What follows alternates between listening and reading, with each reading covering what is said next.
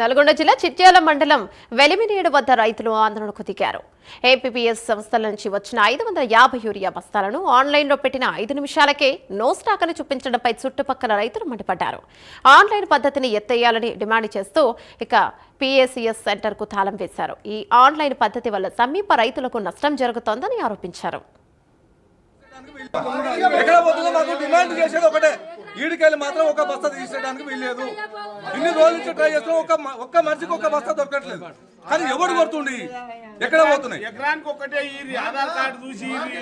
15 రోజుల కింద లోడ్ వచ్చినాడు ఉరికొస్తారకు ఒక నిమిషంలో కథమైనాక మళ్ళీ లేవనగానే వెళ్ళిపోయిన పేరపల్లికి.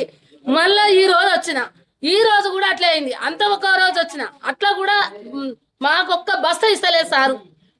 ఇప్పుడు నెల 15 రోజుల కింద ఒక 4 బస్తాలు ఇచ్చిర్రు. ఇంతవరకు మేము నాటేసిన కాచి మందు చల్లలే. మేము ఎట్లా బాగుపడాలి? రైతులము మేము ఏ విధంగా ముందు పడాలి? మాకేంది? మీరేం చేస్తారు? సహకారం మాకు ఏమన్నా చేస్తురా? మేము వచ్చింది ఎందుకు? ఈడ బ్యాంక్ ఉందనే కదా మేము వచ్చింది. వచ్చినాక ముఖం మీద కొట్టి లేదని ఎలా కొడుతుర్రు? మేము ఒక ఊరు నుంచి కిరాయి పెట్టుకుని వస్తున్నాం రా సారు. మేము చదువు రాదు, కాగితాలు పట్టుకొని నిలబడేస్తాం. ఈరోజు నిన్న సాయంత్రం 560 బస్తాలు యూరియా రావడం జరిగింది. కానీ 9:30కు యాప్లో పెడతానని చెప్పింది.